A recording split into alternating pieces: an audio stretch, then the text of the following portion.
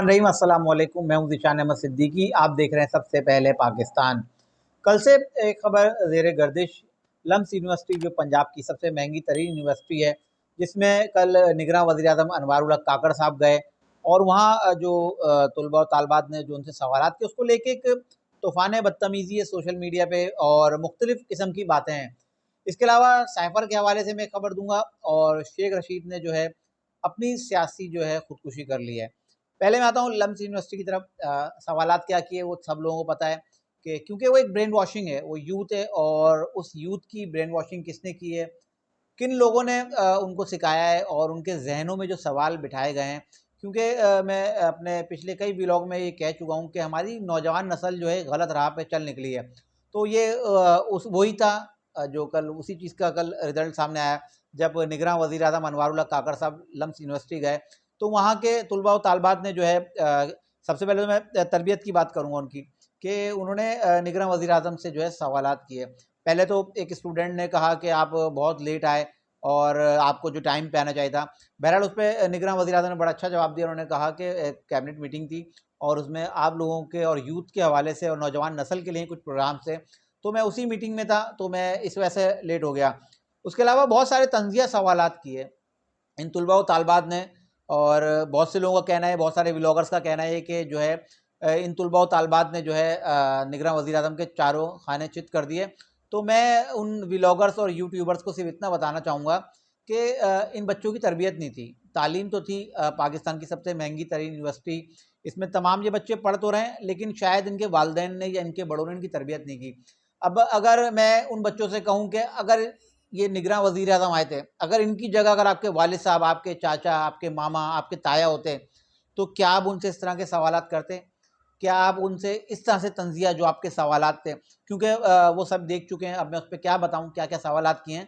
तो क्योंकि ये मैं बात बताने बैठूँगा तो और लंबा व्लॉग हो जाएगा, तो वो देख सकते हैं तमाम लोग। लेकिन उससे उनकी तरबियत का पता चला, तो और मैं निगरान वज़ीर-ए-आज़म को सलाम पेश करता हूँ, क्योंकि वो एक काबिल और पढ़े-लिखे इंसान हैं और वो अंग्रेज़ी भी जानते हैं, पंजाबी भी जानते हैं और दीगर ज़बानें भी जानते हैं।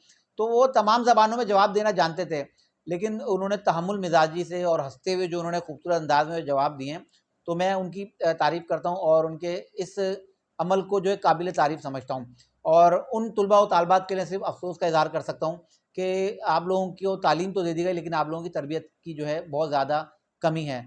तो बस ये मैंने स्टार्ट में थोड़ी-सी बात करनी थी, क्योंकि इसको लेके तूफ़ान बदतमीज़ी मचा हुआ है, तो मैं निगरान वज़ीर-ए-आज़म को सलाम पेश करता हूँ और उन तलबा व तालिबात के जो वालिदैन हैं, बड़े हैं, उनसे यही कहूँगा कि आपने पाकिस्तान की महंगी तरीन यूनिवर्सिटी में अपने बच्चों को एडमिशन तो करा दिया, लेकिन जो उनकी ब्रेन वॉशिंग की गई है पिछले दौरे हुकूमत में, जो यूथ यूथ यूथ करके सोशल मीडिया के ज़रिए, तो खुदारा अपनी नौजवान नस्ल को सँभालिए और जो एक गलत नहज पे निकल चुके हैं, क्योंकि 9 मई का एक ख़ुमियाज़ा जिनकी औलादें भुगत रही हैं, तो आप उस चीज़ को देख लीजिए। ऐसा ना हो कि कल को आगे चल के आपके बच्चे भी इस तरह के किसी वाक़यात में जो है मुलविस हों और आपको जो है परेशानी का सामना करना पड़े।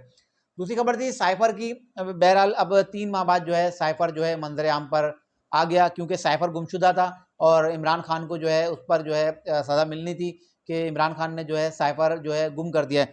बिलाखिर 3 माह बाद जो है ये जो साइफ़र था इसका बंद लिफ़ाफ़ा जो है मंज़र-ए-आम पर आ गया है। 30 मार्च 2023 को वज़ारत ख़ारिजा ने जो है ये साइफ़र की कॉपी मंगाकर काबीना डिवीज़न को भेजी थी।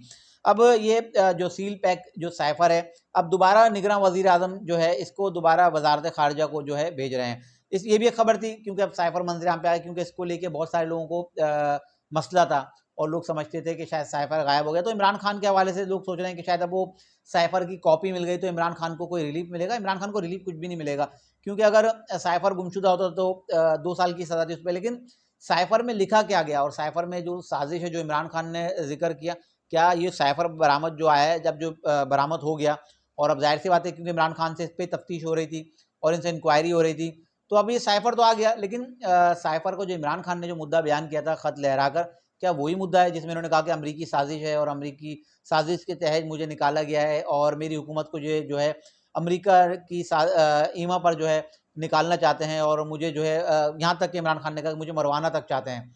तो अब ये साइफ़र इमरान खान को सिर्फ़ इतना रिलीफ़ दिलवा सकता है कि उनकी सज़ा में थोड़ा बहुत कमी हो सकती है, या सिर्फ़ ये सवाल माइनस हो जाएगा कि आपने साइफ़र गुम किया था, वो साइफ़र कहाँ है? सिर्फ़ इस हद तक ये इनको नरमी मिलेगी। इसके अलावा शेख रशीद की सियासत ख़त्म हो गई। शेख रशीद जो इमरान खान के साथ थे और कहते थे मैं मर जाऊंगा और अब इमरान खान का साथ नहीं छोड़ूंगा, तो अब उन्होंने कह दिया कि 9 मई का प्रोग्राम लानती प्रोग्राम है और लानत किस पे भेज रहे हैं, क्योंकि ये सारा पाकिस्तान तहरीक इंसाफ के रहनुमा आकर उन्होंने बता दिया कि 9 मई का जो प्लान था, प्रोग्राम था, किसका था। तो ये लानत बराह रास्त इमरान खान पे भेज रहे हैं, क्योंकि इमरान खान पे सारे इल्ज़ाम आ रहे हैं। 200 से ज़्यादा एफआईआर हो चुकी है इमरान खान के खिलाफ और 9 मई के वाक़यात का मरकज़ी मुल्ज़िम और मरकज़ी किरदार इमरान खान है। तो शेख रशीद ने वाज़ेह तौर पर इमरान खान पे लानत भेजी, वही शेख रशीद जो कहते मार दो और काट दो, जेल इनका ससुराल था, हथकड़ी इनका ज़ेवर था। तो ये कुछ दिन रहकर आए और ससुराल में इनकी लगता है इस दफ़ा अच्छी खातिर तवाज़ो हुई है और शायद ज़ेवर इनको बहुत ज़्यादा सख्त पहना दिए गए थे, या बहुत से लोग कह रहे हैं इनका सॉफ्टवेयर अपडेट हो गया। अच्छा, ये कह कौन रहा है? ये कह रहा है लतीफ़ खोसा साहब, जो सीनियर वकील हैं लतीफ़ खोसा। उन्होंने तो ये तक कह दिया कि शेख रशीद के मुंह पे काला कपड़ा बांधा गया और उनके सेल में चूहे छोड़े गए, मक्खियाँ छोड़े गईं और वहाँ उनको चपेड़े मारे गए। तो ये मैं तो नहीं कह रहा, ये जो है लतीफ़ खोसा साहब कह रहे हैं। और अगर शेख रशीद कह रहे हैं कि मैं पिंडी से इलेक्शन भी लड़ूंगा और पिंडी के दोलको से कौमी असम्बली की जो है वहाँ से इलेक्शन लड़ेंगे, ये और इनका भतीजा। और इन्होंने कहा कि मैं और मेरा जो इनका भतीजा जिसको उन्होंने बेटा बनाया हुआ है, तो हम लोग जो है बखैर आफियत थे, हमारे साथ कोई तशद्दुद नहीं किया गया, हमें मार पीट नहीं की गई, हमें किसी ने नहीं मारा। लेकिन दूसरी तरफ लतीफ़ खोसा ये बात कर रहे हैं। अब दोनों सूरत में जो शेख रशीद की जो है सियासी जो जनाजा निकल चुका है और उन्होंने अपना सियासी कैरियर जो है अब तबाह कर लिया है। तो मैं ये कहूँगा कि शेख रशीद ने जो बयानात दिए हैं, अब जो मंजर आम पे आए, उन्होंने सियासी खुदकुशी कर ली है। क्योंकि एक तरफ लतीफ़ खोसा और दूसरी तरफ शेख रशीद जो पहले एस्टेब्लिशमेंट के सामने खड़े थे और अब आसिम मुनीर साहब और डीजी एहसन नदीम अंजुम साहब के लिए जाहिर सी बात है कहना चाहिए, क्योंकि हम भी उनको सलाम पेश करते हैं। लेकिन शेख रशीद साहब पहले इनके खिलाफ थे और इनके सामने खड़े होना चाहते थे और 9 मई तक भी वो इमरान खान के साथ थे। लेकिन जब जाहिर सी बात है उनकी गिरफ्तारी हुई और ख़ुद लतीफ़ खोसा साहब ने बता दिया कि उनके साथ क्या सलूक किया गया, तो उसके बाद तो ये बयान आना ही था। लेकिन अब शेख रशीद साहब का ये जो आखिरी जो उनका एक प्लेटफॉर्म था पाकिस्तान तहरीक इंसाफ से मुत्तहद होकर, वो मुझे लगता है आखिरी बार ही जो है मुंतखब हुए और असम्बली में गए। अब मुझे नहीं लगता कि शेख रशीद को कोई वोट देगा या शेख रशीद साहब के साथ कोई खड़ा होगा या कोई भी सियासी जमात जो है उनको अपनी जो है जमात में जो शमूलियत का इख्तियार देगी, क्योंकि वो तो कह रहे हैं कि मैं अवामी मुस्लिम लीग के प्लेटफॉर्म से ही इलेक्शन लड़ूंगा। लेकिन अवामी मुस्लिम लीग कितनी है और उनके साथ कितने लोग हैं, सबको पता है।